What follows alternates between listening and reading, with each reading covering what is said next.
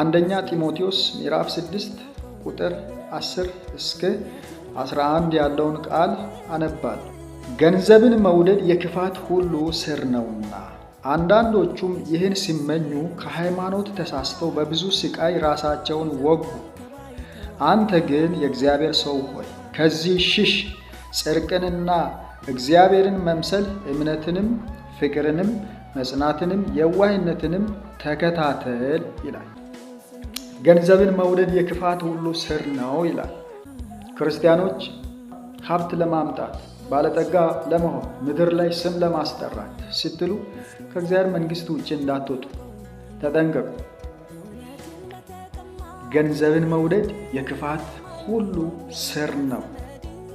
ሰው የሚያስበውን ነው የሚያደርገው። በገንዘብ ምክንያት የምናስባቸው ነገሮች ሕይወታችንን፣ ቤታችንን ያበላሻሉ፣ ነገያችንን ያበላሻሉ፣ ልጆቻችንን ያበላሻሉ።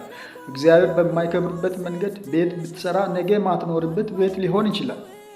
ጤናማ እንጀራ አብላ ለልጆች፣ ክፉ እንጀራ እንዳታበላ። በክፋት ገንዘብ ሰብስበ እግዚአብሔር በማይከብርበት ንጹሕ ባልሆነ መንገድ የረከሰን ገንዘብ ወደ ቤት ሰብስበ የምታመጣ ከሆነ፣ በጎተራ የምትከት ከሆነ፣ በባንክ የምታከማች ከሆነ እግዚአብሔር ብዙ የወጪ መንገዶችን ያዘጋጅና ያ ገንዘብ እንደ ውሃ የሚፈስ ነው የሚሆነው። መጽሐፍ ቅዱስ እያለ ያለው እግዚአብሔር በማይከብርበት መንገድ ወደ ቤቲ፣ ወደ ሕይወቲ፣ ወደ ኪሲ፣ ወደ አካውንቲ የሚመጣውን ገንዘብ ሽሽ ነው እያለ ያለው እግዚአብሔር በቃሉ። የመጀመሪያው መጠንቀቅ ያለብን ከገንዘብ ፍቅር ነው። በኑሮ መረጋጋትን ያጣ ሰው፣ በኑሮው ደስተኛ መሆን ያልቻለ ሰው ምን ያደርጋል? የተለያዩ ክፋቶችን ማሰብ ይጀምራል። ገንዘብ ለማምጣት ሲል የመጀመሪያው ክፋት አምላኩን ሊክድ ይችላል። ጠንቋይ ጋር ሊሄድ ይችላል። ጠንቋይን ሊያመልክ ይችላል። ለጠንቋይ ሄዶ ሊሰግድ ይችላል። ለጠንቋይ ሄዶ ሊገብር ይችላል።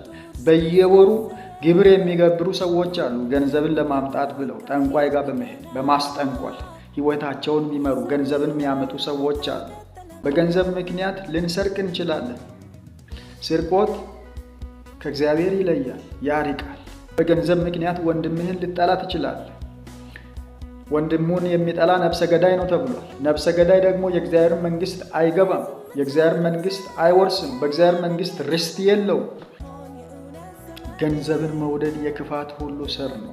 በእግዚአብሔር እጅ ነው የኛ ሕይወት ያለው እንጂ የኛ ሕይወት፣ የኛ ኑሮ፣ ነገያችን በገንዘብ እጅ አይደለም ያለው።